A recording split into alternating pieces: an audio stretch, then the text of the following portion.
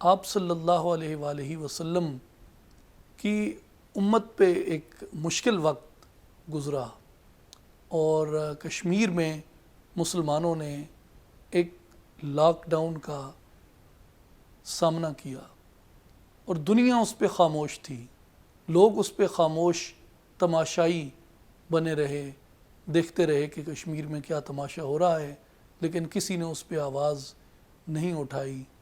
اقوام عالم نے یہ سمجھا کہ اگر ہم کشمیر کے لاک ڈاؤن کو ہٹانے کی بات کریں گے تو ہو سکتا ہے اس سے ہمارے ہندوستان کے ساتھ معاشی تعلقات خراب ہوں.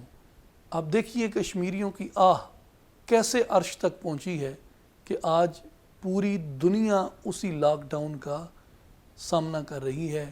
کشمیر میں بچے اسکول نہیں جا سکتے تھے، عورتیں ہسپتال نہیں جا سکتی تھیں، ہر کوئی اپنے گھروں کے اندر محصور تھا، زندگی پوری طرح معطل تھی، بازار گلیاں ہر چیز ویران تھی، ان کی جو مارکیٹس تھیں وہ بند تھیں، کاروبار بالکل لوگوں کے تباہ ہو گئے، املاک کی قیمتیں گر گئیں، شدید ترین نقصان کشمیریوں نے اٹھایا، گھروں میں پابند رہے لیکن کوئی نہیں بولا.